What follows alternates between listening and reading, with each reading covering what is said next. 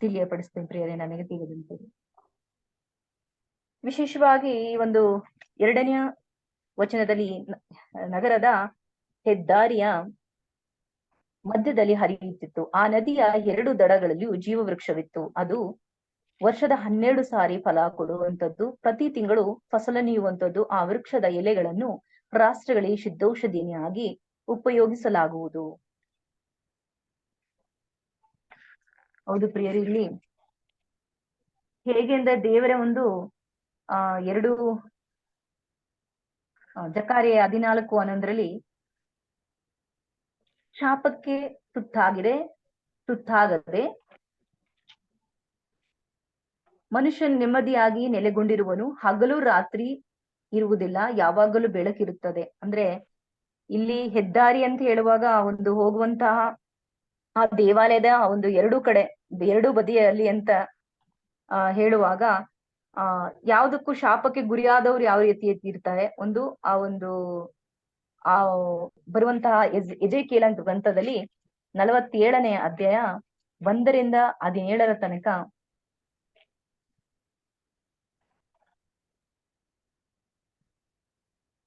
ಆಮೇಲೆ ಆ ಪುರುಷ ತನ್ನ ದೇವಸ್ಥಾನದ ಬಾಗಿಲಿಗೆ ಪುನಃ ಕರೆದು ತಂದನು. ಇಗೋ, ದೇವಸ್ಥಾನದ ಹೊಸ್ತಿಲಿ ಕೆಳಗಿನಿಂದ ನೀರು ಹೊರಟು ಪೂರ್ವದ ಕಡೆಗೆ ಹರಿಯುತ್ತಿತ್ತು. ದೇವಸ್ಥಾನ ಪೂರ್ವಾಭಿಮುಖವಾಗಿತ್ತು. ಆ ನೀರು ದೇವಸ್ಥಾನದ ಬಲಗಡೆ ಕೆಳಗಿನಿಂದ ಹೊರಟು ಬಲಿಪೀಠದ ದಕ್ಷಿಣದಲ್ಲಿ ಹರಿಯುತ್ತಿತ್ತು. ಆಗ ಅವನು ನನ್ನನ್ನು ಉತ್ತರ ಹೆಬ್ಬಾಗಿಲಿಂದ ದೇವಾಲಯದ ಹೊರಗಿನ ಮಾರ್ಗವಾಗಿ ಸುತ್ತಿಕೊಂಡು ಪೂರ್ವದ ಹೆಬ್ಬಾಲಿಗೆ ಕರೆದು ತಂದನು. ಅಲ್ಲಿ ನೋಡಲು ಅದರ ಬಲಗಡೆ ಮೆಲ್ಲನೆ ಹರಿಯುವ ನೀರು ಕಾಣಿಸಿತು. ಆ ಒಂದು ದೇವಸ್ಥಾನದಲ್ಲಿ, ಇಲ್ಲಿ ಹೆಡ್ಡಿಂಗ್ ಅಲ್ಲಿ ಪ್ರಿಯರ್ ಇದೆ, ದೇವಸ್ಥಾನದಲ್ಲಿ ಹೊರಡುವ ಪ್ರವಾಹ. ಅದೇನಾಗುತ್ತೆ ಅಂದ್ರೆ ಹೆಬ್ಬಾಗಿಲಿನ ಅಲ್ಲಿ ತನಕ ಕರೆ ತಂದಿತ್ತು. ಅಲ್ಲಿ ಸುತ್ತ ಬಂದು ಪೂರ್ವದ ಕಡೆಯಿಂದ ಅಲ್ಲಿ ನೋಡಲು ಅದರ ಬಲಗಡೆ ಮೆಲ್ಲನೆ ಹರಿಯುವ ನೀರು ಕಾಣಿಸಿತು. ಆ ಪುರುಷನು ಕೈಯಲ್ಲಿ ಕುರಿಯನ್ನು ಹಿಡಿದು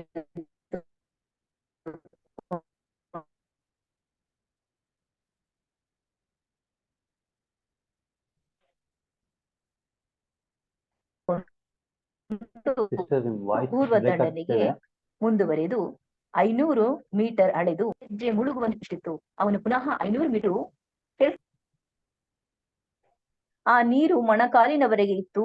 ಅವನು ಮತ್ತೆ 500 ಮೀಟರ್ ಅಳತೆ ನನ್ನ ನೀರಿನ ಆಚೆ ದಾಟಿಸುವಾಗ ಆ ನೀರು ಸೊಂಟದವರೆಗೂ ಇತ್ತು. ಅವನು ಮತ್ತೆ ಅಳೆದು 500 ಮೀಟರ್ ಅಳೆದಾಗ ಅದು ನನ್ನಿಂದ ದಾಟಲಾಗದ ತೊರೆಯಾಗಿತ್ತು. ನೀರು ಏರಿ ಈಜುವಷ್ಟು ಪ್ರವಾಹವಾಗಿತ್ತು, ದಾಟಲಾದ ತೊರೆಯಾಗಿತ್ತು. ಆಗ ಅವನು ನನಗೆ, ನರಪುತ್ರನೇ, ಇದನ್ನು ನೋಡಿದೆಯಾ ಎಂದು ಹೇಳಿ ನನ್ನನ್ನು ತೊರೆಯ ದಡದ ಹತ್ತಿಸಿ ಹಿಂತಿರುಗಿಸಿದನು.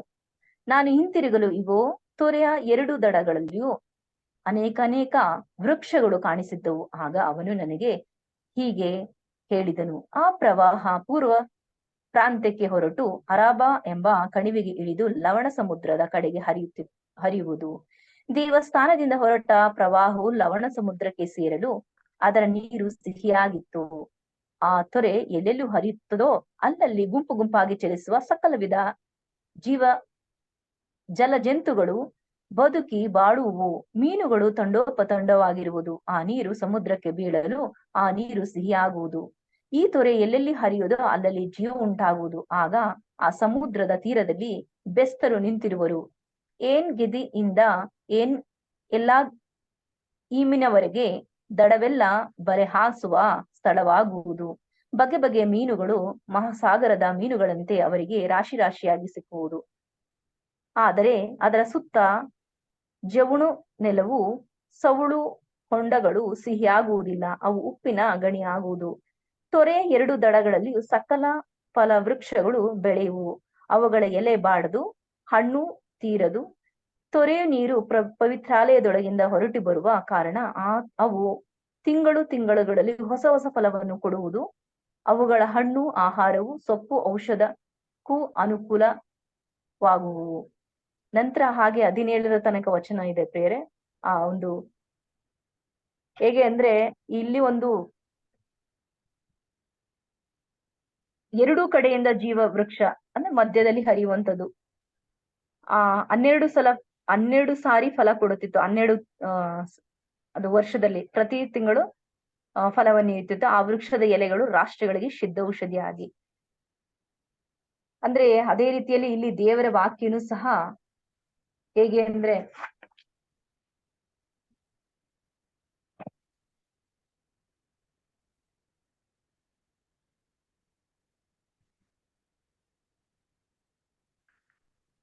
ಆ ಅದು ಬಂದು ವಚನ ಪ್ರಿಯರೇ 42:17 ಸಹ ಇದೆ. ಹೇಗೆ ಅಂದ್ರೆ ಆ ಒಂದು ಹರಿಯುವ ನೀರು ಹೋಗುವಂತ ಆ ಒಂದು ದೇವಸ್ಥಾನದಿಂದ ಹೊರಡುವಂತದ್ದು ಆ ಆ ಎಲೆಗಳು ಸಹ ಇದು ಅಂದ್ರೆ ನಮ್ಮ ಒಂದು ಪಾಪದ ಜೀವನ, ಯಾವಾಗ ನಮ್ಮ ಒಂದು ಪಾಪದ ಜೀವನ ನಮ್ಮ ಕಮ್ಮಿ ಮಾಡ್ಕೊಂಡು ಹೋದಾಗ, ಯಾರೆಲ್ಲ ದೇವರ ದಾಸರಾಗಿ ಇರುವಂತವ್ರು ಅಂತ ಹೇಳೋದ್ಕಿಂತ ದಾಸರಾಗಿನೇ ನಾವು ಆಕ್ಚುಲಿ ದಾಸರೇನೆ. ಹೇಗೆ ಯೋಹನ ಬರೆದ ಶುಭ ಸಂದೇಶದಲ್ಲಿ ಹೇಗೆ ಸಂತ ಯೋಹನರು ಹೇಳಿದ್ರು ಯೇಸು ಸ್ವಾಮಿನ ಪ್ರಕಟಪಡಿಸುವಾಗ, ಅದೇ ರೀತಿಯಲ್ಲೂ ನಾವು ಸಹ ಆ ರೀತಿಯಲ್ಲಿ ನಮ್ಮ ಜೀವನ ಮಾಡ್ಕೊಂಡು ಹೋದಾಗ, ಫಿಲಿಪ್ಪಿನ ಪತ್ರದಲ್ಲಿ ಸಹ ಪೌಲರು ಹೇಳಿರುವಾಗ ಅದೇ ಒಂದು ವೃತ್ತಾಂತದಲ್ಲಿ ಯೇಸು ಸ್ವಾಮಿ ಯಾವ ರೀತಿಯಲ್ಲಿ ದಾಸತ್ವ ಜೀವನದಲ್ಲಿ ನಡೆಸ್ಕೊಂಡು ಹೋದ್ರು, ಅದೇ ರೀತಿ ಒಂದು ಜೀವನದಲ್ಲಿ ನಾವು ಹೋದಾಗ ಅಂದ್ರೆ ಪರಿಶುದ್ಧ ಜೀವನಕ್ಕೆ ನಮ್ಮ ಒಂದು ಒಂದೊಂದಾಗಿ ಪರಿಶುದ್ಧ ಜೀವನಕ್ಕೆ ಹೇಗೆ ನಮ್ಮನ್ನ ಅದು ದೇವರು ಹೆಂಗೆ ಈ ಒಂದು ಕವಲು ಬಳ್ಳಿ ಅಂತ ಶುದ್ಧಗಳು ಎಷ್ಟು ಯೋಹನ ಬರೆದ ಶುಭ ಸಂದೇಶದಲ್ಲಿ ಇರುವಂತ ವಚನದಲ್ಲಿ ಅಧ್ಯಾಯದಲ್ಲಿ 14ರಲ್ಲಿ ಆ ಕವಲು ಬಳ್ಳಿ ಅಂತ ಶುದ್ಧಗೊಳಿಸ್ತಾರೆ ಅಂತ ಹೇಳುವಾಗ, ನಾವು ಸಹ ಆ ಒಂದು ಹೇಗೆ ನಾವು ನಮ್ಮ ಒಂದು ಫಲಭರಿತವಾದ ಜೀವನ ಅಂತ ಹೇಳುವಾಗ ನಾವು ಸಹ ಆ ಶುದ್ಧತೆಯಲ್ಲಿ ಪರಿಶುದ್ಧತೆಯಲ್ಲಿ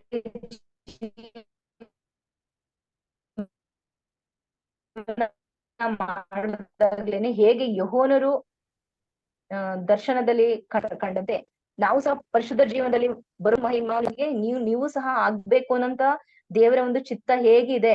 ಪ್ರತಿಯೊಬ್ರು ದೇವರ ರಾಜ್ಯಕ್ಕೆ ಹೋಗ್ಬೇಕು, ಇದಕ್ಕೋಸ್ಕರ ಶ್ರಮ ಪಡುವಂತ ಎಲ್ಲಾ ಒಂದು ದಾಸರು ಅಂದ್ರೆ ದೇವರಗಾಗಿ ಯಾರೆಲ್ಲ ಶ್ರಮ ಪಡಿತಾರೆ ಅವರೆಲ್ಲರೂ ಸಹ ಪರಿಶುದ್ಧ ಒಂದು ಪ್ರಕಟಣಾ ಕಾಂಡದಲ್ಲಿ ಇರುವಂತದ್ದು ದೇವರು ಯಾವ ರೀತಿಯಲ್ಲಿ ತನ್ನ ಪ್ರೀತಿಯ ಪಾತ್ರನನ್ನು ಖಂಡಿಸುತ್ತೇನೆ ಮತ್ತು ದಂಡಿಸುತ್ತೇನೆ, ಆದ್ರಿಂದ ನೀವು ಉತ್ಸಾಹದಿಂದ ದೇವರಿಗೆ ಅಭಿಮುಖರಾಗಿರಿ. ಈಗೋ ಬಾಗಿಲ ಬಳಿ ತಟ್ಟುತ್ತಾ ಇದ್ದೇನೆ, ಯಾವನಾದರೂ ನನ್ನ ಸ್ವರವನ್ನು ಕೇಳಿಸಿಕೊಂಡು ಬಾಗಿಲನ್ನು ತೆರೆದರೆ ನಾನು ಮನೆಯೊಳಕ್ಕೆ ಪ್ರವೇಶಿಸುತ್ತೇನೆ, ಅವನ ಸಂಗಡ ಊಟ ಮಾಡುತ್ತೇನೆ ಮತ್ತು ಅವನು ನನ್ನ ಸಂಗಡ ಊಟ ಮಾಡುವನು. ನಾನು ಜಯ ಗಳಿಸಿ ನನ್ನ ತಂದೆಯೊಡನೆ ಸಿಂಹಾಸನದಲ್ಲಿ ಕುಳಿತುಕೊಂಡಿದ್ದೇನೆ, ಅದೇ ಪ್ರಕಾರ ಜಯ ಹೊಂದಿದವನ ನಡುವೆ ಸಿಂಹಾಸನದ ಪಕ್ಕದಲ್ಲಿ ಕುಳಿತುಕೊಳ್ಳುವ ಹಕ್ಕನ್ನು ನಾನು ಕೊಡುತ್ತೇನೆ. ಅಂದ್ರೆ ದೇವರು ಯಾವ ರೀತಿಯಲ್ಲಿ ಆ ಒಂದು ಅವರನ್ನ ನಾವು ಮಹಿಮೆ ಪಡಿಸಿದಾಗ ನಾವು ಯಾವ ರೀತಿಯಲ್ಲಿ ನಾವು ಸಹ ಅವರೊಂದಿಗೆ ನಾವು ಸ್ವರ್ಗ ಲೋಕದಲ್ಲಿ ನಾವು ಸಹ ಇರುವಂತಹ ಒಂದು ಸೌಭಾಗ್ಯನ ನಮಗೂ ಸಹ ದೇವರು ಅಷ್ಟೊಂದು ಪ್ರೀತಿ ಅಂದ್ರೆ ತಮ್ಮ ಏಕೈಕ ಪುತ್ರನನ್ನು ಯೋಹನ ಬರೆದ ಶುಭ ಸಂದೇಶ 3:16 ಇರುವಂತೆ ತಮ್ಮ ಏಕೈಕ ಪುತ್ರನನ್ನೇ ನಮಗೆ ಧಾರೆ ಎರೆದು ಕೊಟ್ಟಂತೆ ಯಾರು ಸಹ ಈ ತರ ತಮ್ಮ ಮಗನನ್ನೇ ಅಂದ್ರೆ ದೇವರನ್ನೇ ಇಲ್ಲಿಗೆ ನಮ್ಗೆ ಮನುಷ್ಯನ ರೂಪದಲ್ಲಿ ಯಾವ ಒಂದು ಪಾಪ ಕಳಂಕ ಇಲ್ಲದಂತಹ ನಮ್ಮ ಪಾಪಗಳಿಗೋಸ್ಕರ ಅವ್ರು ಬಂದು ಶಿಲ್ವೆ ಮೇಲೆ ಪ್ರಾಣವನ್ನು ತೆತ್ತಂತಹ ಪ್ರಭು ಯೇಸು ಕ್ರಿಸ್ತರು ನಮ್ಮನ್ನ ಖಂಡಿಸ್ತಾರೆ ಅಂದ್ರೆ ನಮ್ಮನ್ನ ಪ್ರೀತಿ ಮಾಡೋದ್ರಿಂದ ಅವ್ರು ನಮ್ಮನ್ನ ಖಂಡಿಸ್ತಾರೆ.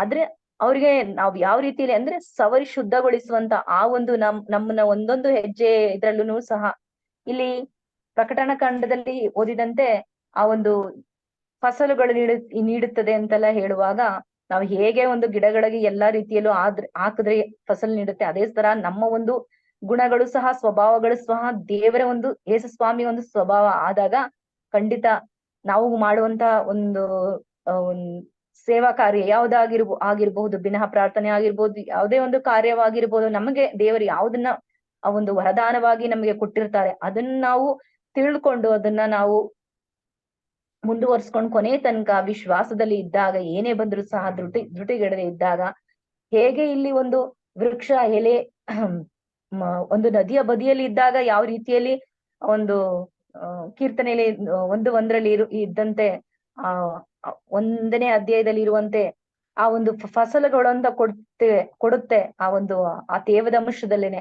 ಅದೇ ತರ ನಾವು ಸಹ ದೇವರಲ್ಲಿ ಸಂಬಂಧದ ಬೇರೂರಿ ನಿಂತಾಗ ಅಂದ್ರೆ ದೇವರಲ್ಲಿ ಐಕ್ಯವಾದಾಗ ಅನ್ಯೋನ್ಯತೆಯಿಂದ ನಾವು ಜೀವಿಸಿದಾಗ ದೇವರ ವಾಕ್ಯದಲ್ಲಿ ನೆಲೆಗೊಂಡಾಗ ಇಲ್ಲಿ ಹೇಗೆ ಯೇಸು ಸ್ವಾಮಿ ಆ ಒಂದು ಈ ಜೀವ ಜಲದ ವೃಕ್ಷ ಬರೆಯುವಂತಹ ನೀರಿನ ಆ ಒಂದು ಮಧ್ಯದಲ್ಲಿ ಹೋಗುವ ಅಂದ್ರೆ ಔಷಧಿಯಾಗಿ ಮಾರ್ಪಟ್ಟು, ಅದೇ ತರ ನಾವು ಸಹ ಆ ನಾವು ಒಬ್ಬರ ಪ್ರಾರ್ಥನೆ ಮಾಡುವಾಗ ನಾವು ನಮಗೆ ದೇವರು ಕೊಟ್ಟಾಯ್ತು ಅಂತ ನಾವು ಯಾವಾಗ ವಿಶ್ವಾಸ ಮಾಡ್ಕೊಂಡು ಬಂದ್ರೆ, ಶುಭ ಸಂದೇಶ 11:24 ಹೇಳಿದಂತೆ ನಮಗೆ ದೇವ್ರು ಎಲ್ಲಾನು ಕೊಟ್ಟಿ ಆಗಿದೆ ಅಂತ ನಾವು ದೇವರಿಗೆ ಥ್ಯಾಂಕ್ಸ್ ಬದಲು ಹೇಳ್ಕೊಂಡು ಆ ಒಂದು ವಿಶ್ವಾಸವ ನಂಗೆ ಮಾಡೇ ಮಾಡ್ತಾರೆ ಅಂತ ನಾವು ತಾಳ್ಮೆಯಿಂದ ಇದ್ದಾಗ ಖಂಡಿತ ಲೋಕ ಮಾರ್ಕನ ಮತ್ತಾಯ ಬರೆದ ಶುಭ ಸಂದೇಶ 6:33 ಇದ್ದಂತೆ ಆ ಮೊದಲು ಸ್ವರ್ಗ ಸಾಮ್ರಾಜ್ಯಕ್ಕೆ ತವಕಪಡಿ ಮಿಕ್ಕಿದೆಲ್ಲ ಸಿಗುತ್ತೆ ಅನ್ನುವ ಒಂದು ವಚನದಲ್ಲಿ ಸ್ವರ್ಗ ಸಾಮ್ರಾಜ್ಯಕ್ಕೆ ತವಕ ಪಡುವಂತಹ ಹೇಗೆ ಆ ಸಮಾಧಿದ ಸ್ತ್ರೀ ತವಕ ಪಟ್ಟರೋ ಅದೇ ರೀತಿಯಲ್ಲೂ ನಾವು ಸಹ ತವಕಪಟ್ಟು ದೇವರ ವಾಕ್ಯವನ್ನು ಸಾರಲು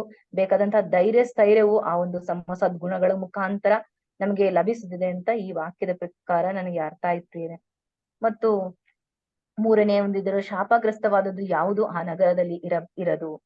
ಶಾಪಗ್ರಸ್ತ ಅಂತ ಹೇಳುವಾಗ ಯಾವ ರೀತಿ ಸೋದಮ್ ಗೋಮರದಲ್ಲಿ ಆದಂತ ಒಂದು ಘಟನೆ ನನ್ಗೆ ನೆನಪಾಗ್ತಾ ಇದೆ ಪ್ರಿಯ. ಆ ಒಂದು ಇಲ್ಲಿ ಸಹ ಅಲ್ಲಿ ಯಾವುದೂ ಈ ಒಂದು ಶಾಪಗ್ರಸ್ತ ಆಗಿರುವಂತದ್ದು ನಮ್ಗೆ ಯಾವುದು ಅಲ್ಲಿ ಇರಲ್ಲ.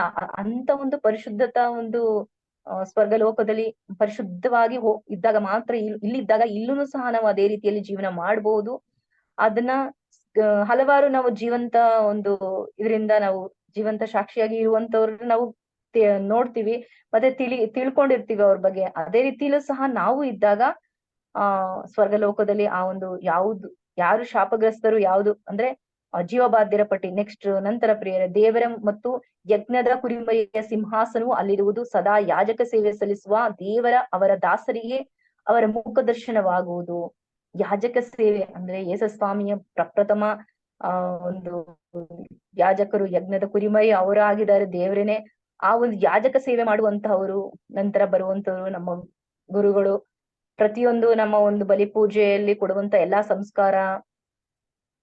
ಸಂಸ್ಕಾರಗಳು, ವಿಶೇಷವಾಗಿ ಆ ಒಂದು ಪರಂಪ್ರಸಾದ ಹೊಂದಿದಾಗ ಆ ಒಂದು ಎಷ್ಟೊಂದು ಅವರ ಒಂದು ಶ್ರಮ, ಎಷ್ಟೊಂದು ಅವರ ಒಂದು ಅವ್ರ ಮುಖಾಂತರ ನಮಗೆ ಕೊಡುವಂತಹ ಒಂದೊಂದು ವಾಕ್ಯನೂ ಸಹ ನಾವು ನಮ್ಮ ಜೀವನದಲ್ಲಿ ನಾವು ಅಳವಡಿಸಿಕೊಂಡು ಹೋದಾಗ ಅವರಿಗೋಸ್ಕರ ಮೊದಲನೇದಾಗಿ ಪ್ರಾರ್ಥನೆ ಮಾಡ್ಬೇಕು.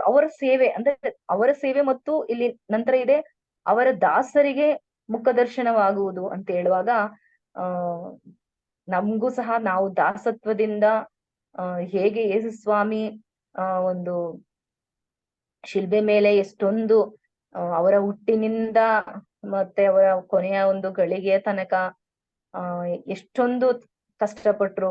ಇವ್ರು ಏನ್ ಮಾಡ್ತಾ ಇದ್ದಾರೆ ಅರಿಯರು ಅಂತ ಹೇಳ್ಬಿಟ್ಟು ಎಲ್ಲವನ್ನು ಮುಗಿಸಿ ಹೋಗಿದರ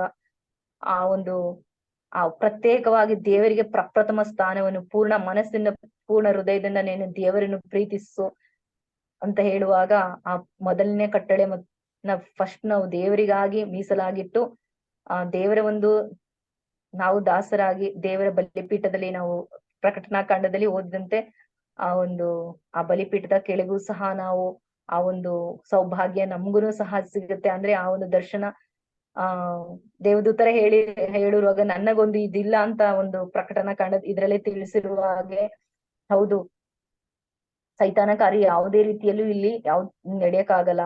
ಆದ್ರೆ ದೇವರ ಒಂದು ಪರ್ಮಿಷನ್ ಇದ್ರೇನೆ ಆಗ್ಲಿಕ್ಕೆ ಸಾಧ್ಯ. ಆದ್ರೆ ದೇವರ ಆ ಒಂದು ದರ್ಶನ ಆಗ್ಬೇಕು ಅಂದ್ರೆ ನಾವು ಎಷ್ಟೊಂದು ಪರಿಶುದ್ಧ ಜೀವನದಲ್ಲಿ ಹೋಗ್ಬೇಕು ಅನ್ನೋದು ಈ ಒಂದು ವಚನದ ಪ್ರಕಾರ ಅರ್ಥ ಆಗ್ತಾ ಇದೆ. ತಿಳಿಯಪಡಿಸ್ತಿದ್ದೀನಿ. ಆ ಹೆಸರು ಆ ದಾಸರ ಹಣೆಯ ಮೇಲೆ ಲಿಖಿತವಾಗಿತ್ತು. ನಾವು ದೇವರ ಒಂದು ಹಣೆಯ ಮೇಲೆ ಅಂದಾಗ ನಾವು ಹಚ್ಚಿಸ್ಕೊಳ್ಳೋದು ಅಂತ ಸುಮಾರು ನಾವು ಎಲ್ಲಾ ಶಿಲ್ಬೆ ಗುರ್ತು ಅಂತೆಲ್ಲ ನಾವು ತಿಳ್ಕೊಂಡಿದೀವಿ.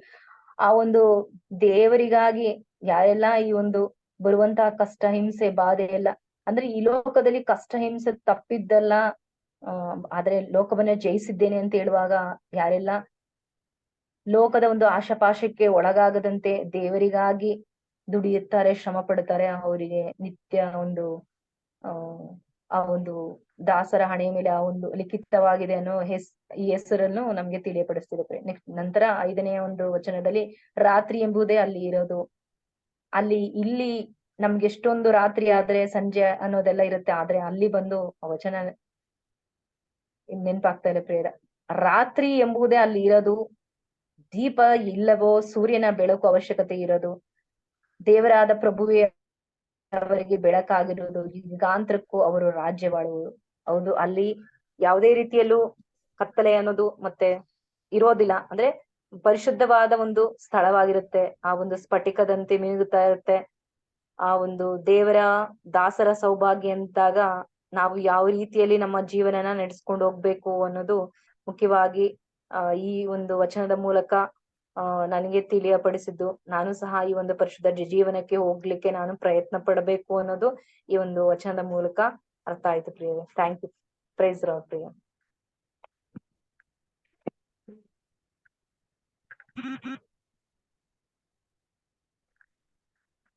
Praise the Lord.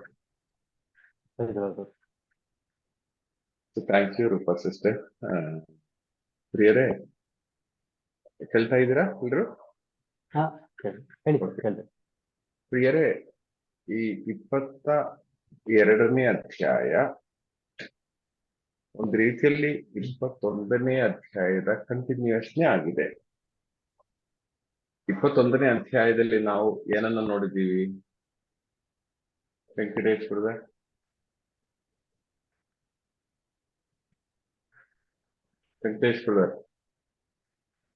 ಇದೀರಾ?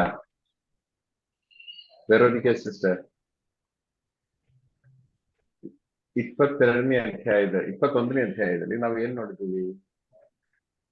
ನೂತನ ಜೆರುಸಲೇಮ್ ಎಲ್ಲ ಹೊಸದಾಗಿ.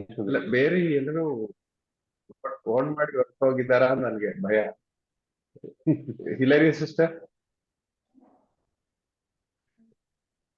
ಯಾರು ಇಲ್ವಾ? Dayal brother, praise the lord.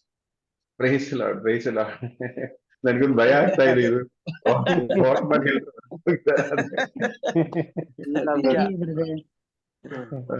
Dayal, 21ನೇ ಅಧ್ಯಾಯದಲ್ಲಿ ನಾವು ಏನನ್ನು ನೀವು ಕ್ವೆಶ್ಚನ್ ಕೇಳ್ತೀರಿ ಅಂತ ಹೇಳಿ ಯಾರಿಗೂ ಹೇಳಲಿಲ್ಲ.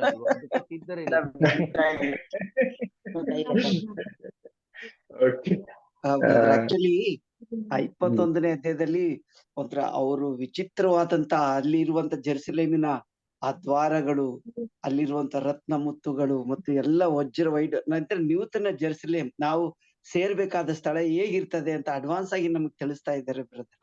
ಗೃಹ ಪ್ರವೇಶಕ್ಕೆ ಅಂದ್ರೆ ಹೊಸ ಜೆರುಸಲೇಮ್, ಹೊಸ ಆಕಾಶ, ಹೊಸ ಭೂಮಿ, ಸ್ವರ್ಗದ ಒಂದು ಎಕ್ಸ್ಪ್ಲನೇಷನ್ ಕೊಡ್ತಾ ಇದ್ದಾರೆ. ಹೌದೌದು, ಇನ್ವಿಟೇಷನ್. 22ನೇ ಅಧ್ಯಾಯ ಅದರ ಕಂಟಿನ್ಯೂಷನ್ ಅಂತ ಹೇಳುವಾಗ ಆಕ್ಚುಲಿ 22ನೇ ಅಧ್ಯಾಯದ 1-5 ವಚನಗಳು ಆದಿಕಾಂಡದಲ್ಲಿ ಏದೇನ್ ತೋಟದ ಬಗ್ಗೆ ಹೇಳ್ತಾ ಇದೆಯಲ್ಲ, ಅದರ ಒಂದು ರೆಪ್ಲಿಕ್ಯ, ಅದರ ಒಂದು ರಿಪೀಟೇಷನ್ ಆಗ್ತಾ ಇದೆ ಇಲ್ಲಿ ಪ್ರಕಟಣಾ ಗ್ರಂಥ 22:1-5 ಏದೇನ್ ತೋಟದಲ್ಲಿ ನಾವು ನೋಡ್ತೀವಿ, ಒಂದು ನದಿ ಇತ್ತು ಎಂದು ವಚನದಲ್ಲಿದೆ ಅಲ್ವಾ? ಆದಿಕಾಂಡ 2ನೇ ಅಧ್ಯಾಯ 10ನೇ ವಾಕ್ಯ. ಆದಿಕಾಂಡ 2ನೇ ಅಧ್ಯಾಯ 10ನೇ ವಾಕ್ಯ. ಏದೇನ್ ಪ್ರದೇಶದಲ್ಲಿ ಒಂದು ನದಿ ಹುಟ್ಟಿ ಆ ವನಕ್ಕೆ ನೀರೆರೆಯುತ್ತಿತ್ತು. ಅದು ಏದೇನ್ ಪ್ರದೇಶದಲ್ಲಿ ಒಂದು ನದಿ ಹುಟ್ಟಿ ಆ ಎಲ್ಲ ಕಡೆ ಹರಿಯುತ್ತಾ ಇತ್ತು. ಅದು ಆ ಪ್ರದೇಶಕ್ಕೆಲ್ಲ ಜೀವವನ್ನು ಕೊಡ್ತಾ ಇತ್ತು.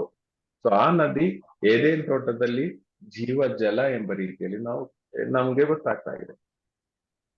ಪ್ರಿಯರೇ, ಇದೇ ಒಂದು ಎಕ್ಸ್ಪ್ಲನೇಷನ್ ಎಜೆಕಿಯೇಲ್ ಪ್ರವಾದಿಯ ಗ್ರಂಥದಲ್ಲಿ 47ನೇ ಅಧ್ಯಾಯ 1ನೇ ವಾಕ್ಯದಿಂದ ಓದುವಾಗ ಕಾಣ್ತೀವಿ. ಎಜೆಕಿಯೇಲ್ ಪ್ರವಾದಿ 47:1 ಅಂದ್ರೆ ಇದು ಹೀಗಿದೆ. ಇದೊಂದು ದೇವದೂತನು ಎಜೆಕಿಯೇಲ್ ಪ್ರವಾದಿಯನ್ನು ಆ ದೇವಾಲಯದ ಹಿಂಭಾಗದಿಂದ ಹರಿಯುವ ಆ ನದಿಯೆಡೆಗೆ ಕರ್ಕೊಂಡು ಹೋಗ್ತಾ ಇದ್ದಾರೆ. 1000 ಅಡಿ ನಡೆದಾಗ ಮೊಣಕಾಲುವರೆಗೆ ನೀರಿತ್ತು. 1000 ಅಡಿ ಹೋದಾಗ ಮೊಣಕಾಲಲ್ಲ, ಕೆಳಗಡೆ ಇದು ಏನು ಪಾದದವರೆಗಿತ್ತು. 1000 ಅಡಿ ಹೋದಾಗ ಆಂಕಲ್ ಲೆವೆಲ್ ಅಲ್ಲಿ, 1000 ಅಡಿ ಹೋದಾಗ ಮೊಣಕಾಲುವರೆಗೆ, 1000 ಅಡಿ ಹೋದಾಗ ಸೊಂಟದವರೆಗೆ, 1000 ಅಡಿ ಹೋದಾಗ ಕದ್ದುವರೆಗೆ, 1000 ಅಡಿ ಹೋದಾಗ ತಲೆ ಮೇಲೆವರೆಗೆ ನೀರಿತ್ತು. ಅಂದ್ರೆ ಈ ನದಿಯ ಪ್ರತ್ಯೇಕತೆ ಏನಂದ್ರೆ ಅದಕ್ಕೊಂದು ಎಂಟಿಲ್ಲ. ನಾವು ಹೋಗೋದಷ್ಟು ಅದರಲ್ಲಿ ಮುಳುಗಿ ಮುಳುಗಿ ಮುಳುಗಿ ಮುಳುಗಿ ಮುಳುಗಿ ಇನ್ವಾಲ್ವ್ ಆಗಿ ಹೋಗುವ ಪರಿಸ್ಥಿತಿ. ಪ್ರಿಯರೇ, ಇದು ದೈವ ಅನುಭವದ ಒಂದು ಅನುಭವ ಆಗಿದೆ. ನಾವು ಅದಕ್ಕೆ ಆ ಕಡೆ ಆ ತಡಕ್ಕೆ ಹೋಗಿಲ್ಲ, ಯಾಕಂದ್ರೆ ಅದು ಸ್ಟಾರ್ಟಿಂಗ್ ಅಲ್ಲಿ ಸ್ವಲ್ಪ ದೈವ ಅನುಭವ, ಇನ್ನು ನಾವು ಇನ್ನು ಮೊಣಕಾಲುವರೆಗೆ ಸ್ವಂತ ಅಂದ್ರೆ ನಾವು ಹೋಗಿ ಹೋಗಿ ಹೋಗಿ ಆ ದೈವ ಅನುಭವದಲ್ಲಿ ಮುಳುಗುವ ಒಂದು ಅವಸ್ಥೆ, ಫುಲ್ ಆ ದೈವ ಅನುಭವವೇ ನಾವು ದೇವರ ಅನುಭವದಲ್ಲೇ ಜೀವಿಸುವಂತ ಅವಸ್ಥೆ. ಅದರಲ್ಲಿ ನಾವು ನೋಡ್ತೀವಿ ಅಲ್ಲಿಂದ ಅದಾದ್ಮೇಲೆ ದೂತನು ಇವರನ್ನು ವಾಪಸ್ ಕರ್ಕೊಂಡು ಬಂದಾಗ ನೋಡ್ತಾ ಇದೀವಿ ನಾವು 7ನೇ ವಾಕ್ಯದಲ್ಲಿ, 47ನೇ ಅಧ್ಯಾಯ 7ನೇ ವಾಕ್ಯದಲ್ಲಿ ಓದಿ. ನಾನು ಹಿಂತಿರುಗಲು ಇಗೋ, ತೊರೆಯ 2 ದಡಗಳಲ್ಲಿಯೂ ಅನೇಕ ವೃಕ್ಷಗಳು ಕಾಣಿಸಿದವು. ಅನೇಕ ವೃಕ್ಷಗಳು ಕಾಣಿಸುತ್ತಾ ಇದ್ವು. ಓಕೆ, ಇದೇ ರೀತಿಯಲ್ಲಿ ಏದೇನ್ ತೋಟದಲ್ಲೂ ಅನೇಕ ವೃಕ್ಷಗಳಿತ್ತು. ಅದರಲ್ಲಿ 2 ಸ್ಪೆಷಲ್ ಕ್ಯಾಟಗರಿ ವೃಕ್ಷಗಳಿತ್ತು. ಒಂದು ಜೀವ ಮರಣದ ವೃಕ್ಷ, ಇನ್ನೊಂದು ಸತ್ಯ ಅಸತ್ಯಗಳನ್ನು ತಿಳಿಯುವ ವೃಕ್ಷಗಳು. ಒಂದು ಏದೇನ್ ತೋಟದ ಒಂದು ಜಸ್ಟ್ ಒಂದು ಎಕ್ಸ್ಪ್ಲನೇಷನ್ ಹಳೆ ಒಡಂಬಡಿಕೆಯಲ್ಲಿ ನಾವು ಕಾಣುವುದು ಈ ಎಜೆಕಿಯೇಲ್ ಪ್ರವಾದಿಯ ಗ್ರಂಥದಲ್ಲಿ ಆಗಿದೆ. ಪ್ರಿಯರೇ, ಇನ್ನು ನಾವು ಮುಂದೆ ನೋಡುವಾಗ ಜೀವಜಲದ ಬಗ್ಗೆ ಯೇಸು ಸ್ವಾಮಿ ಇದು ಸಮಾರಿತ ಮಹಿಳೆಗೆ ಹೇಳ್ತಾ ಇದ್ದಾರೆ. ಯೋಹಾನನ ಶುಭ ಸಂದೇಶ 4ನೇ ಅಧ್ಯಾಯ 10-15 ಯೋಹಾನ 4:10-15. ಆಗ ಯೇಸು, ದೇವರು ಕೊಡುವ ವರದಾನವನ್ನು ಮತ್ತು ಕುಡಿಯಲು ನಿನ್ನಿಂದ ನೀರು ಕೇಳುತ್ತಿರುವ ವ್ಯಕ್ತಿಯನ್ನು ನೀನು ಅರಿತಿದ್ದರೆ ಆಗ ನೀನೇ ಆತನಲ್ಲಿ ಬೇಡುತ್ತಿದ್ದೆ, ಆತನು ನಿನಗೆ ಜೀವಜಲವನ್ನು ಕೊಡುತ್ತಿದ್ದನು ಎಂದು ಉತ್ತರ ಕೊಟ್ಟರು. ಜೀವಜಲವನ್ನು ಕೊಡುವವರು ಯೇಸು ಸ್ವಾಮಿ. ಓಕೆ, ಇನ್ನು ಮುಂದುವರಿಸಿ ಓದಿ. ಅದಕ್ಕೆ ಆಕೆ, ನೀರು ಸೇದುವುದಕ್ಕೆ ನಿಮ್ಮಲ್ಲಿ ಏನೂ ಇಲ್ಲ, ಬಾವಿಯೂ ಆಳವಾಗಿದೆ. ಹೀಗಿರುವಲ್ಲಿ ನಿಮಗೆ ಜೀವಜಲ ಎಲ್ಲಿಂದ ಬಂದಿತು? ನಮಗೆ ಈ ಬಾವಿಯನ್ನು ಕೊಟ್ಟವರು ನಮ್ಮ ಪಿತಾಮಹ ಯಾಕೋಬನು, ಆತನ ಮಕ್ಕಳು ಮತ್ತು ದನ ಕರುಗಳು ಇದೇ ಬಾವಿಯ ನೀರನ್ನು ಕುಡಿದರು. ಅಂತ ಪಿತಾಮಹನಿಗಿಂತ ತಾವು ದೊಡ್ಡವರೋ ಎಂದಳು. ಆಗ ಯೇಸು, ಆ ನೀರು ಕುಡಿಯುವ ಎಲ್ಲರಿಗೂ ಮತ್ತೆ ದಾಹವಾಗುತ್ತದೆ, ಆದರೆ ನಾನು ಕೊಡುವ ನೀರನ್ನು ಕುಡಿದವನಿಗೆ ಎಂದಿಗೂ ದಾಹವಾಗದು. ಆ ನೀರು ಅವನಲ್ಲಿ ಉಕ್ಕಿ ಹರಿಯುವಾಗ ಬುಗ್ಗೆಯಾಗಿ ನಿತ್ಯ ಜೀವವನ್ನು ತರುತ್ತದೆ ಎಂದು ಉತ್ತರ ಕೊಟ್ಟರು. ಆ ನೀರು ನಿತ್ಯ ಜೀವವನ್ನು ತರುತ್ತದೆ. ಈ ಒಂದು ಜೀವಜಲ, ಈ ಒಂದು ಯೇಸು ಆಗಿರುವ ಈ ಜೀವಜಲದಲ್ಲಿ ನಾವು ಮುಳುಗಿ ಹೋಗುವಾಗ ಏನಾಗ್ತದೆ? ನಮ್ಗೆ ನಿತ್ಯ ಜೀವ, ಇಟರ್ನಲ್ ಲೈಫ್, ಮತ್ತೆ ಸಾವಿಲ್ಲ. ಅದನ್ನೇ ನಾವು ಆ ತಡಕ್ಕೆ ಹೋಗಕ್ಕಾಗಲ್ಲ. ಈ ಜೀವಜಲದಲ್ಲೇ, ನಿತ್ಯ ಜೀವನದಲ್ಲೇ ನಾವು ಆಗಿರುತ್ತೇವೆ. ಈ ಜೀವಜಲ ನಮಗೆ ಸಿಗ್ತದೆ. ಇದೇ ರೀತಿಯಲ್ಲಿ ಜೀವಜಲದ ಬಗ್ಗೆ ಯೋಹಾನ 7ನೇ ಅಧ್ಯಾಯದಲ್ಲಿ 37ನೇ ವಾಕ್ಯದಲ್ಲಿದೆ. ವಿಶ್ವಾಸಿಸುವವರ ಹೃದಯದಿಂದ ಜೀವಜಲವು ಹೊನಲು ಹರಿಯುತ್ತದೆ. ವಿಶ್ವಾಸಿಸುವವರ ಹೃದಯದಿಂದ ಜೀವಜಲವು ಹೊನಲಾಗಿ ಹರಿಯುತ್ತದೆ ಅಂತ ಹೇಳಿ ನಂತರ ಹೇಳ್ತಾ ಇದೆ, ಇದು ಪವಿತ್ರಾತ್ಮರಾಗಿದ್ದಾರೆ. ಪ್ರಿಯರೇ, ದೇವರಾಗಿರುವ ಜೀವಜಲ, ಪುತ್ರನ್ನು ಕೊಡುವ ಜೀವಜಲ, ಪವಿತ್ರಾತ್ಮರಾಗಿರುವ ಜೀವಜಲ. ಸೊ ಈ ಒಂದು ತ್ರಯೇಕ ದೇವರ ಆ ಒಂದು ಪ್ರಸನ್ನತೆಯಲ್ಲಿ ಜೀವಿಸುವಂತ ಅವಸ್ಥೆ ಏದೇನ್ ತೋಟದಲ್ಲಿ ಹಾಗೆ ಇತ್ತು. ಸ್ವರ್ಗದಲ್ಲಿ ಕೊನೆಯಲ್ಲಿ ಇದೇ ಅವಸ್ಥೆ ಆಗಿರ್ತದೆ. ಪಿತಾ, ಸುತ, ಪವಿತ್ರಾತ್ಮರ ಪ್ರಸನ್ನತೆಯಲ್ಲಿ ಮುಳುಗಿ ಜೀವಿಸುವಂತ ಅವಸ್ಥೆ ಸ್ವರ್ಗದಲ್ಲಿ. ಓಕೆ, ಅಂದ್ರೆ ಏದೇನ್ ತೋಟದಲ್ಲೂ ಅದೇ ಅವಸ್ಥೆ ಇತ್ತು. ಒಂದು ವೇಳೆ ಆದಾಮ್ ಮತ್ತು ಹವ್ವಳು ಪಾಪ ಮಾಡದೇ ಇದ್ದಿದ್ರೆ ಈ ಒಂದು ಪ್ರಾಸೆಸ್ನ ಅಗತ್ಯನೇ ಇರಲಿಲ್ಲ. ನಾವು ಏದೇನ್ ತೋಟದಲ್ಲೇ ಅದೇ ಒಂದು ಪರಿಶುದ್ಧಿಯಲ್ಲಿ, ಪ್ರಸನ್ನತೆಯಲ್ಲಿ ಜೀವಿಸಬಹುದಿತ್ತು. ಓಕೆ, ಸೊ ನಾವು ಅರ್ಥ ಮಾಡಬೇಕು, ಈ ಒಂದು ಅವಸ್ಥೆಗೆ ನಮ್ಮನ್ನು ಮರಳಿ ತರಲು ನಮ್ಮ ಯೇಸು ಎಷ್ಟೊಂದು ನೋವುಗಳನ್ನು ಸಹಿಸಿದ್ದಾರೆ. ಈ ಒಂದು ಸುಮಾರು ವರ್ಷಗಳು ಕಾದು ಭೂಮಿಗೆ ಬಂದು, ಭೂಮಿಯಲ್ಲಿ ಸತ್ತು, ನೋವು ಪಾಡು ಪೀಡೆಗಳನ್ನು ತಿಂದು ಸತ್ತು, ಪುನರುತ್ಥಾನರಾಗಿ ನಮ್ಮನ್ನು ಆ ಏದೇನ್ ಅನುಭವಕ್ಕೆ ಕರ್ಕೊಂಡು ಹೋಗಲು ಪ್ರಿಯರೇ ಅವರು ಸಹಿಸಿರುವ ಆ ಒಂದು ಸಹನೆಗಳು. ಸೊ ಪ್ರಿಯರೇ, ಹಾಗಾದ್ರೆ ನಾವು ಅರ್ಥ ಮಾಡಬೇಕು, ಈ ಒಂದು ಅವಸ್ಥೆಗೆ ಮತ್ತೆ ಮತ್ತೆ ನಮ್ಮನ್ನು ಕರ್ಕೊಂಡು ಹೋಗದಂತೆ ನಾವು ಎಷ್ಟೊಂದು ಎಚ್ಚರಿಕೆಯನ್ನು ನಾವು ಜೀವಿಸಬೇಕು. ಓಕೆ, ಸೊ ಜೀವ ಜಲದ ಬಗ್ಗೆ ನಾವು ಚಿಂತಿಸಿದೀವಿ. ಏದೇನ್ ತೋಟದಲ್ಲಿ ಜೀವ ಜಲವಿತ್ತು, ಏದೇನ್ ತೋಟದಲ್ಲಿ ಜೀವ ವೃಕ್ಷವಿತ್ತು. ಜೀವ ವೃಕ್ಷದ ಬಗ್ಗೆ ಆದಿಕಾಂಡದಲ್ಲೂ ಇದೆ, ಎಸೆಕೇಲ್ ಪ್ರವಾದಿಯ ಗ್ರಂಥದಲ್ಲೂ ಇದೆ. ಅಲ್ಲ, ಆದಿಕಾಂಡದ ಅದಲ್ಲಿ ಜೀವ ವೃಕ್ಷದ ಬಗ್ಗೆ ಹೇಳಿದ ನಂತರ ಜೀವ ವೃಕ್ಷದ ಬಗ್ಗೆ ಕಾಣುವುದು ಈ ಪ್ರಕಟಣಾ ಗ್ರಂಥದಲ್ಲಾಗಿದೆ. ಆದಿಕಾಂಡ 3ನೇ ಅಧ್ಯಾಯ 24ನೇ ವಾಕ್ಯದಲ್ಲಿ ನಾವು ನೋಡ್ತೀವಿ. ಓದಿ. ಆದಿಕಾಂಡ ಅದಲ್ಲದೆ 3ನೇ ಅಧ್ಯಾಯ. ಅದಲ್ಲದೆ ಜೀವ ವೃಕ್ಷಕ್ಕೆ ಹೋಗುವ ದಾರಿಯನ್ನು ಕಾಯುವುದಕ್ಕಾಗಿ ಆ ವನದ ಪೂರ್ವ ದಿಕ್ಕಿನಲ್ಲಿ ಕೆರೂಬಿಯರನ್ನು ಪ್ರಜ್ವಲಿಸುತ್ತಾ ಎಲ್ಲಾ ಕಡೆ ಸುತ್ತುವ ನೋಡಿ, ಎಂದು ಹೇಳುವಾಗ ಪ್ರಿಯರೇ ನಾವು ಅರ್ಥ ಮಾಡಬೇಕು,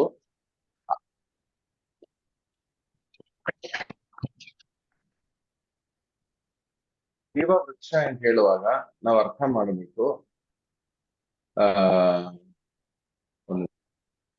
ಜೀವ ವೃಕ್ಷ ಅಂತ ಹೇಳುವಾಗ ನಾವು ಅರ್ಥ ಮಾಡಬೇಕು, ಅದರ ಹಣ್ಣು ತಿಂದರೆ ಮತ್ತೆ ಸಾಯುವುದಿಲ್ಲ.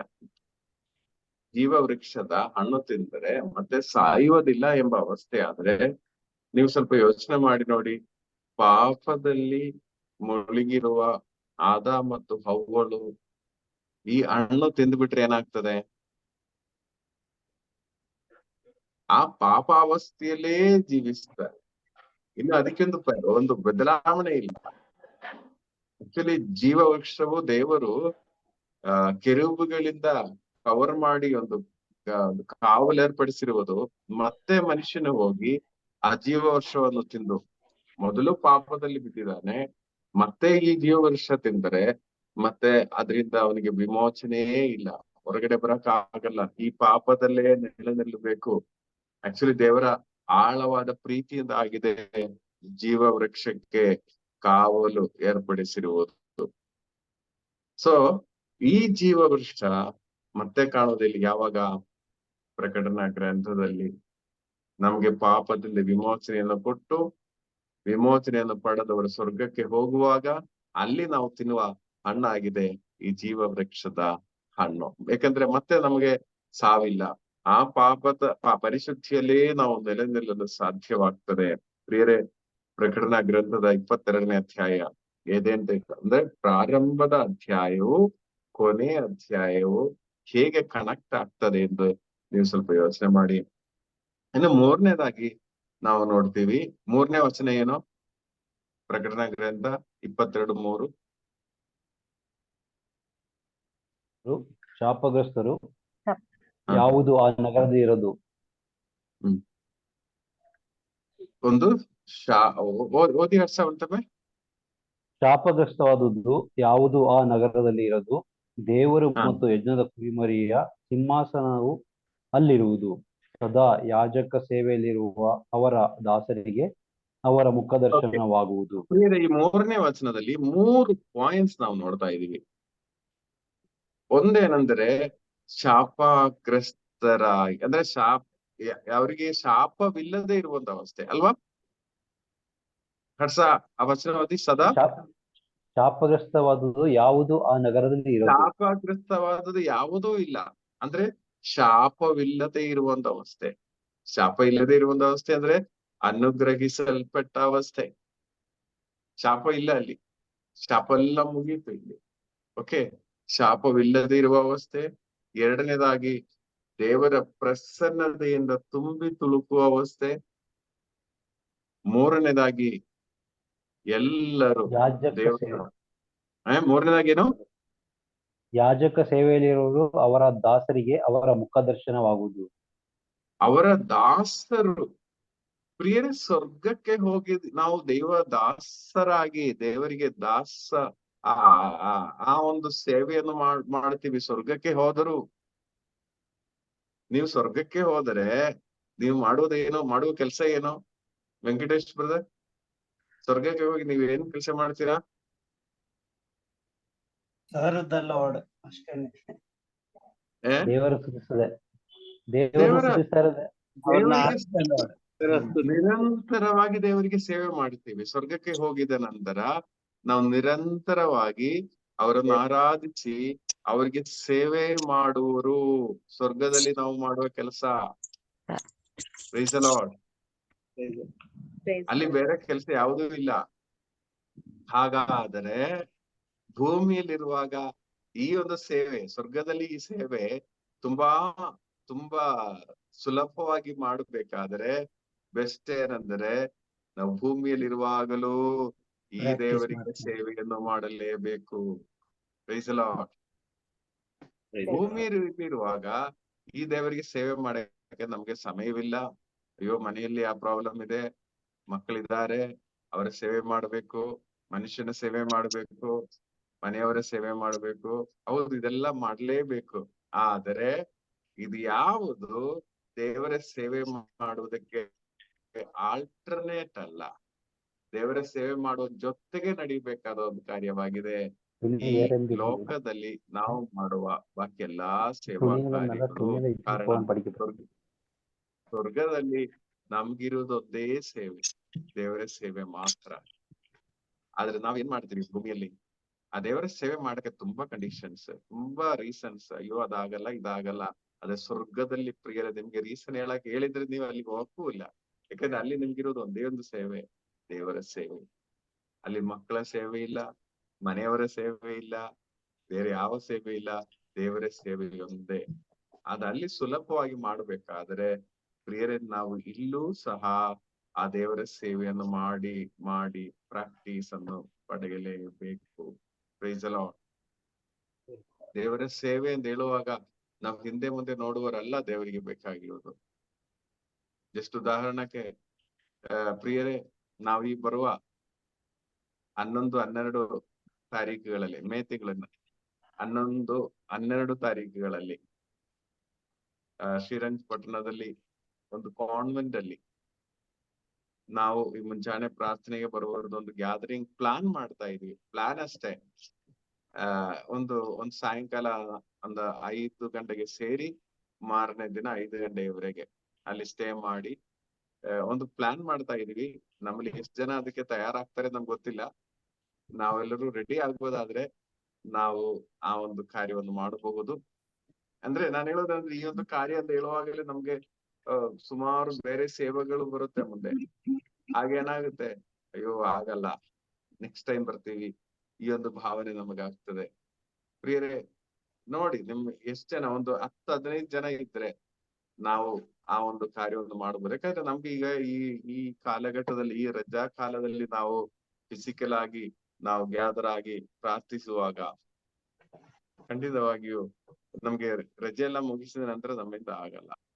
ಸೊ ಈ ಕಾಲದಲ್ಲಿ ಆಗುವುದಾದ್ರೆ ನಿಮ್ಮಲ್ಲಿ ಯಾರಿಗೆಲ್ಲ ರೆಡಿ ಇದೆ ನನಗೆ ಜಸ್ಟ್ ತಿಳಿಸಿ, ಪರ್ಸನಲ್ ಆಗಿ ಒಂದು ಮೆಸೇಜ್ ಆದ್ರೂ ಕಳಿಸಿ, ನಾನು ರೆಡಿ ಇದ್ದೇನೆ ಅಂತ ಹೇಳಿ.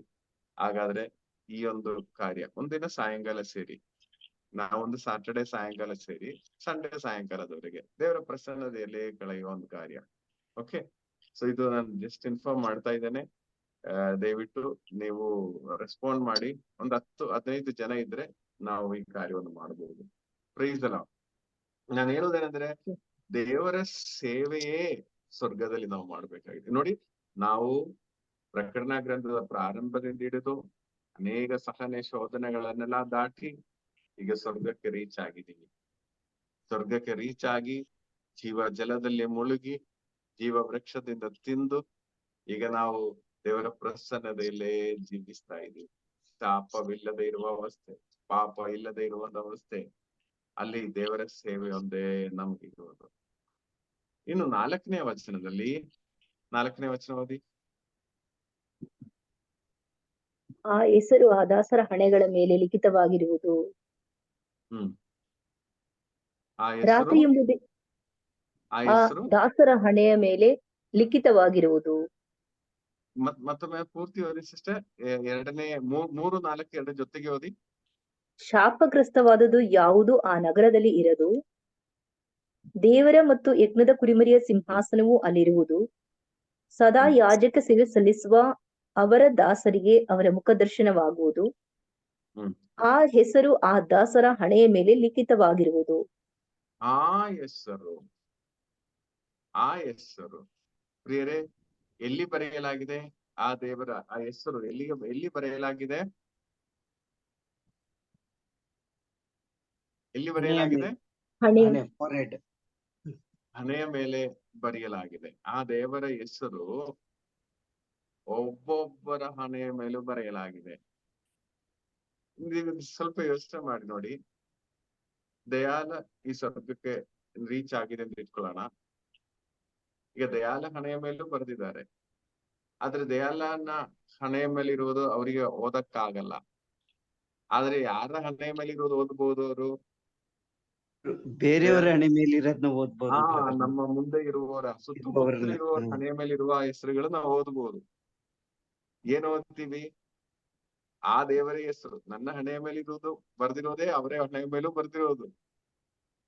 ಪ್ರಿಯರೇ ನೋಡಿ, ಅಲ್ಲಿ ನಾವು ನೋಡುವಾಗ ಜೀಸಸ್, ಇಲ್ಲೋ ಜೀಸಸ್, ಇಲ್ಲೋ ಜೀಸಸ್. ಸುತ್ತಮುತ್ತಲು ಇರುವ ಎಲ್ಲರ ಹಣೆಯ ಮೇಲೆ ನಾವ್ ಏನ್ ನೋಡ್ತೀವಿ? ಜೀಸಸ್ ಎಂದು ನೋಡ್ತೀವಿ. ಆದ್ರೆ ಈಗ ನಾವು ದೇವಾಲಯಕ್ಕೆ ಹೋಗುವಾಗ ಮುಖ ನೋಡ್ತೀವ ಬೇರೆಯವ್ರದ್ದು? ಖಂಡಿತ ಇಲ್ಲ. ಮುಖ ನೋಡಲ್ಲ.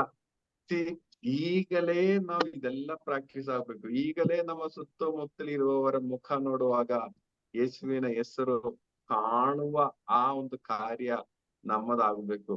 ಬೇರೆ ಇದು ಅವರ ತಪ್ಪಲ್ಲ. ಅಯ್ಯೋ ಅವರನ್ನ ನೋಡುವಾಗ ಯೇಸುವ ಇವರ ಈ ರೀತಿ ನಾವು ಯೋಚನೆ ಮಾಡ್ತೀವಿ. ಆದ್ರೆ ಪ್ರಿಯರೇ, ನಾವು ಅವರನ್ನು ಯೇಸುವಾಗಿ ಅಂಗೀಕರಿಸಲು ತಯಾರಿಲ್ಲದೆ ಇರುವಾಗ ಸ್ವರ್ಗಕ್ಕೆ ಹೋದರೂ ನಮ್ಗೆ ಬೇರೆಯವರನ್ನು ಅಂಗೀಕರಿಸಲು ಸಾಧ್ಯ ಆಗಲ್ಲ. ಬೇರೆ ಅದು ಇಲ್ಲೇ ನಡೀಬೇಕು.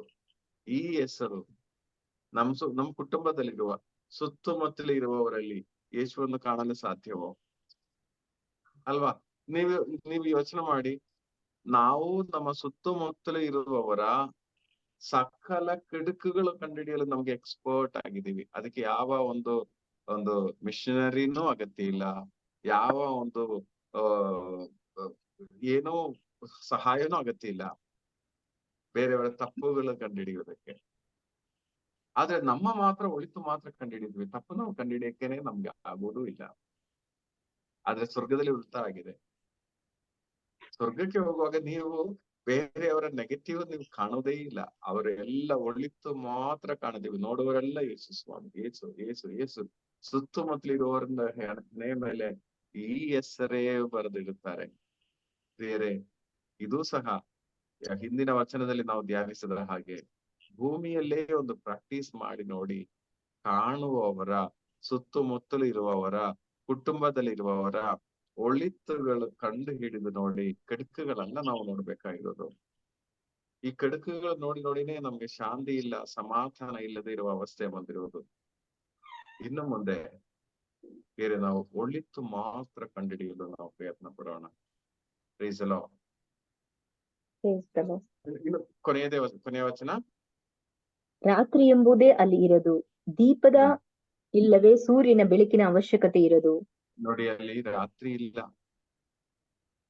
ಅಲ್ಲಿ ರಾತ್ರಿಯೇ ಇಲ್ಲ, ಕತ್ತಲೇ ಇಲ್ಲ. ಅಲ್ಲಿ ಬೆಳಕು ಮಾತ್ರ. ಸೂರ್ಯನೂ ಅಲ್ಲ, ಯೇಸುವಿನ ಪ್ರಸನ್ನತೆ ಎಂಬ ಬೆಳಕು. ಬೇರೆ ಯೇಸುವಿನ ಪ್ರಸನ್ನತೆಯಲ್ಲಿರುವಾಗ ನಾವು ಕತ್ತಲಲ್ಲಿ ನಡೆಯಲ್ಲ. ಭೂಮಿಯಲ್ಲೇ ಇರೋದು. ಭೂಮಿಯಲ್ಲಿ ಯೇಸುವಿನ ಪ್ರಸನ್ನದಲ್ಲಿ ನಡೆಯುವ ಕತ್ತಲಲ್ಲಿ ನಡೆಯಲ್ಲ. ಹಾಗಾದ್ರೆ ಸ್ವರ್ಗದಲ್ಲಿ ಯೇಸುವಿನ ಪ್ರಸನ್ನದಲ್ಲಿ ಇರುವಾಗ ಅಲ್ಲಿ ಕತ್ತಲೇ ಇರಲ್ಲ, ಬೆಳಕು ಮಾತ್ರ. ಅಲ್ಲಿ ನಮ್ಗೆ ಇನ್ನೊಂದು ಸೂರ್ಯನ ಅಗತ್ಯನೂ ಇಲ್ಲ. ಬೆಳಕಿನಲ್ಲೇ ಆ ಪ್ರಸನ್ನತೆಯಲ್ಲೇ ಜೀವಿಸುವುದು. ಬೇರೆ ದೇವರು ನಮಗೆ ಕೃಪೆ ಕೊಟ್ಟಿದ್ದಾರೆ. ನೋಡಿ, ಎಷ್ಟು ಈ ಬೈಬಲ್ ನೀವು ಓದುವಾಗ ನೋಡಿ ಹೇಗೆ ಅವರು ಪ್ಲಾನ್ ಮಾಡಿದಾರೆ ನೋಡಿ. ಆದಿಕಾಂಡವು ಪ್ರಕಟಣೆಗಳು ಹೇಗೆ ಕನೆಕ್ಟ್ ಆಗ್ತದೆ ನೋಡಿ. ಮೊದಲನೇ ಅಧ್ಯಾಯಗಳು, ಕೊನೆಯ ಅಧ್ಯಾಯಗಳು. ಬೇರೆ ಇದು ನಿಜವಾಗಿ ಒಂದು ಅದ್ಭುತವೇ ಸರಿ. ಇದನ್ನು ಎಷ್ಟೋ ಧ್ಯಾನಿಸಲು ಬಾಕಿ ಇದೆ. ನಾವು ಪ್ರಾರ್ಥಿಸೋಣ. ಬರುವ ದಿನಗಳಲ್ಲಿ ದೇವರು ನಮಗೆ ಆಳವಾದ ಆ ಒಂದು ಅರಿವು ಇದರಲ್ಲಿ ದಯಪಾಲಿಸಲಿ. Praise the Lord. Praise the Lord brother.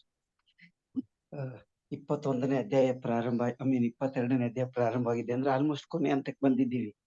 ಯೋಹಾನರು ದರ್ಶನ ಕಂಡ್ರು, ಈಗ ಕೊನೆಗೆ ಆ ಫೈನಲ್ ಟಚ್, ಈ ಫಿನಿಶಿಂಗ್, ಆ ಟ್ರ್ಯಾಕ್ ಅಲ್ಲಿ ಓಡುವ ಫಿನಿಶಿಂಗ್, ಆ ಮುಕ್ತಾಯ ಹೇಗಿರ್ತದೆ ಅನ್ನೋದನ್ನ ಅವರು ತುಂಬಾ ಅದ್ಭುತವಾಗಿ ವಿವರಿಸ್ತಾ ಹೋಗ್ತಾ ಇದ್ದಾರೆ. ಸಹೋದರಿ ರೂಪನು ಅಷ್ಟೇ. ಇವತ್ತು ನೀವು ಬ್ರದರ್ 2ನೇ ಪಾರ್ಟ್ ತಗೊಳ್ಳುವಾಗ ಇದು ಎಜೆಕಿಯೇಲನ ಗ್ರಂಥ ಮತ್ತು ಸಮರಿಯಾದ ಸ್ತ್ರೀ ಯೋಹಾನ ಶುಭ ಸಂದೇಶ ತಗೊಂಡ್ರಿ. ಸಿಸ್ಟರ್ ರೂಪನು ಅಷ್ಟೇ ಅದನ್ನೇ ತಗೊಂಡ್ ಬಂದ್ರು. ಅಂದ್ರೆ ಅರ್ಥ, ಅವರು ತುಂಬಾ ದಾಹಗೊಂಡು ಪ್ರಯತ್ನ ಮಾಡ್ತಾ ಇದ್ದಾರೆ. ಖುಷಿ ಆಯ್ತು ಪ್ರಾರಂಭದಲ್ಲಿ ಅವ್ರು ನೋಡುವಾಗ. ಈಗ ಹೋಲ್ಸಿದ್ರೆ ತುಂಬಾ ಹಾರ್ಡ್ ವರ್ಕ್ ಮಾಡ್ತಾ ಇದ್ದಾರೆ. ದೇವರು ಅವ್ರನ್ನ ನಿಜವಾಗ್ಲು ಹೀಗೆ ಮುನ್ನಡೆಸ್ಲಿ, ದೈವ ಪ್ರಸನ್ನತೆಯಲ್ಲೇ ಸಾಗ್ಲಿ. ಬ್ರದರ್ ನೀವ್ ಹೇಳ್ದಂಗೆ ಸ್ವರ್ಗದಲ್ಲಿ ಇದು ಅಲ್ಲಿ ಹೋದ್ರೆ ಕೇವಲ praise and worship and only ಇದು ದೇವರ ಸೇವೆ, ಸರ್ವ್ ದ ಲಾರ್ಡ್ ಅಂತ.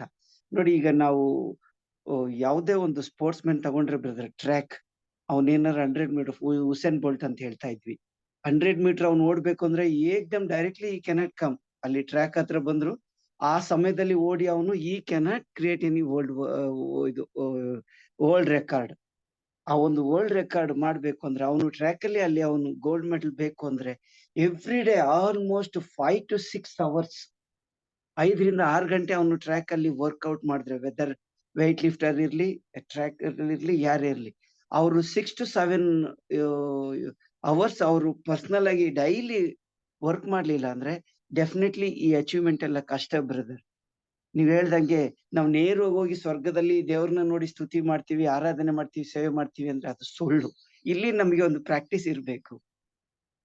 ನಾವು ಈಗ ಒಂದು ರಿಟ್ರೀಟ್ ಅಂದ್ರೆ praise and worship only 10 minutes ಮುಗೀತು. ಅಲ್ಲಿ ಆಗಲ್ಲ. Total the day, the year, that ವರ್ಷ, ಶತಮಾನಗಳು ಕೇವಲ ಪ್ರೇಸ್ ಅಂಡ್ ವರ್ಷಿಪ್ ಅಂತೆ. ಅಂದ್ರೆ ಅದು ಗೊತ್ತಿರ್ಬೇಕು ಅಂದ್ರೆ ನಾವ್ ಇಲ್ಲಿ ಪ್ರಾಕ್ಟೀಸ್ ಮಾಡ್ಬೇಕಲ್ವಾ. ಅಟ್ಲೀಸ್ಟ್ ದಿನಕ್ಕೆ ಒಂದು 2-3 hours ಆದ್ರೂ ನಾವು ಪ್ರೇಸ್ ಅಂಡ್ ವರ್ಷಿಪ್ ಮಾಡಿದ್ರೆ ತಾನೆ ಈ ಪ್ರಾಕ್ಟೀಸ್ ಮೇಕ್ಸ್ ಪರ್ಫೆಕ್ಟ್. ನಮ್ಗೆ ಅಲ್ಲಿ ತುಂಬಾ ಅದ್ಭುತವಾಗಿ ಹೇಳಿದ್ರಿ ಅದನ್ನ. ನಮ್ಗೆ ಒಂದೇ ಉಳಿದಿರೋದು ಮುಂದಿನ ನೂತನ ಜೆರುಸಲೇಮಿನಲ್ಲಿ ಆ ಭವ್ಯಾಲಯದಲ್ಲಿ ನಾವು ಎಂಟ್ರಿ ತಗೊಂಡ್ರೆ only serve the lord, praise and worship him and serve the lord. ಅದಕ್ಕೆ ಸಿದ್ಧತೆ ಈಗ ಕೇವಲ 1 hour ಇದು ಮಾರ್ನಿಂಗ್ ಶಾರ್ ನಲ್ಲಿ ಎಲ್ಲ ಜ್ಞಾನಿಗಳು ಮಾತಾಡೋದನ್ನ ನಾವು ಕೇಳಿಸ್ಕೊಂತೀವಲ್ಲ, ಅಷ್ಟು ಮಾತ್ರ ಅಲ್ಲ, ಕೆಲವು ಸಮಯವಾದ್ರೂ ಇನ್ನು 1-2-3 hour ಆದ್ರೂ ಪರ್ಸನಲ್ ಆಗಿ ನಾವು ಪ್ರೇಸ್ ಅಂಡ್ ವರ್ಷಿಪ್ ಮಾಡಿದ್ರೆ ನಮಗೆ ಒಂದು ಪರ್ಫೆಕ್ಟ್ ಸಿಗ್ತದೆ ಮುಂದಿನ ಆ ಲೋಕದಲ್ಲಿ. Thank you brother, thanks for the great information.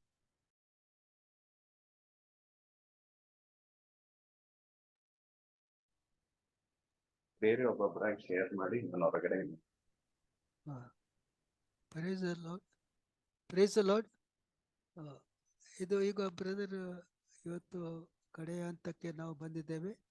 ಮತ್ತು ಪ್ರೈಸ್ ಅಂಡ್ ವರ್ಷಿಪ್ ಅಂದರೆ ನಿತ್ಯ ದೇವರನ್ನು ಆರಾಧಿಸುವುದು. ಅದು ನಾವು ದಿನಾಲು ಪೂಜೆಯಲ್ಲಿ ಕೂಡ ನಡೆಯುತ್ತದೆ, ನಮ್ಮ ಬಲಿ ಪೂಜೆಯಲ್ಲಿ ಕೂಡ ನಡೆಯುತ್ತದೆ. ಮತ್ತು ನಾವು ಒಬ್ಬರೊಬ್ಬರು ಗೌರವಿಸುವುದು, ಒಬ್ಬರನ್ನು ಪ್ರೀತಿಸಿ ಕ್ಷಮೆ ಕೊಡುವುದು, ಶಾಂತಿ ಕೊಡುವುದು, ಇದೆಲ್ಲ ನಾವು ಪ್ರಾಕ್ಟೀಸ್ ಮಾಡ್ತೇವೆ ಬಲಿ ಪೂಜೆಯಲ್ಲಿ ಕೂಡ. ಅದು ನಮ್ಮ ಜೀವನದ ಅಂಶವಾಗಬೇಕು, ಅದು ಜೀವನ ಪರ್ಯಂತ ನಾವು ಮಾಡಬೇಕು. ಮತ್ತು ಇಲ್ಲಿ ಪ್ರಾಕ್ಟೀಸ್ ಮಾಡಿದರೆ ಅಲ್ಲಿ ಸ್ವರ್ಗದಲ್ಲಿ ಮಾಡಲಿಕ್ಕೆ ಆಗ್ತದೆ. ಇಲ್ಲಿ ಪವಿತ್ರತೆಯಲ್ಲಿ ಕಾಪಾಡಿಕೊಂಡು ಹೋದರೆ ಅಲ್ಲಿ ಕೂಡ ಅಲ್ಲಿ ಸ್ವರ್ಗದಲ್ಲಿ ಪವಿತ್ರತೆ ಮಾತ್ರ ಇರುವುದು. ಅಲ್ಲಿ ಯಾವುದು ಕತ್ತಲೆ ಇಲ್ಲ, ಎಲ್ಲರೂ ಪವಿತ್ರರು. ಸೊ ದೇವರು ಪವಿತ್ರರು, ನಾವು ಕೂಡ ಅಲ್ಲಿ ಪವಿತ್ರತೆಯಲ್ಲಿ ಜೀವಿಸಲಿಕ್ಕೆ ಸಾಧ್ಯ. Praise the Lord. Brother record off ಮಾಡಿ brother please, sorry I forgot to inform you.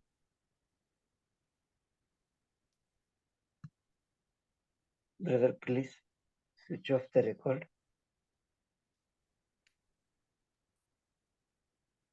Price the Lord brother.